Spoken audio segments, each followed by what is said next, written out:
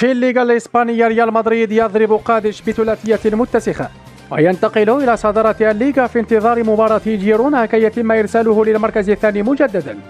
ورغم ابتعاد ريال مدريد كثيرا عن برشلونة في جدول الترتيب، إلا أن لابورتا ما زال يملك الثقة الكاملة في تشافي لخطف مركز مؤهل إلى الدوري الأوروبي. بيلينغهام عاد من جديد لرفع ضغط العبابسة وإرسالهم إلى النوم وهم يشعرون بالحرقة باحتفاله المتكرر في كل مباراة. يبدو أن لمسة ميسي السحرية لرودريغو أعطت سحرا خفيا للهندي رودريغو حتى قدم مباراة أفضل من مباريات الظاهرة رونالدو. وفي الأخير نتمنى من البرشلوني أن يخبرنا هل المكيف يصله كي نطمئن عليه. وفي مباراة أخرى من نفس الدوري شهدت مباراة إشبيليا وسوسداد طلب راموس من الحكم أن يذهب لتقنية الفار لكي يلغي البطاقة الصفراء الثانية التي تحصل عليها، فذهب الحكم ليرى اللقطة في الشاشة.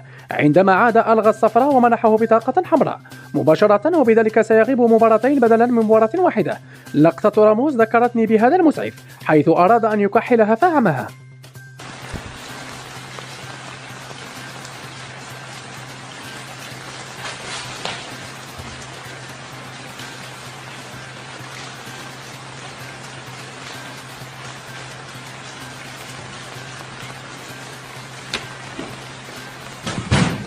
وقاد الابن العاق غارناتشو فريقه مانشستر يونايتد لفوز عريض بثلاثية نظيفة، وبذلك يضمن غارناتشو مكانته خارج المنتخب الأرجنتيني لعامين آخرين بسبب احتفاليته الحارقة الماحقة لبني عبس.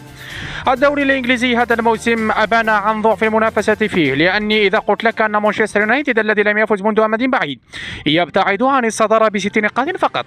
حقيقة الدوري الإنجليزي يذكرني بالبوندسليغا المغربية، حيث الفارق بين المتصدر والأخير نقطة واحدة فقط.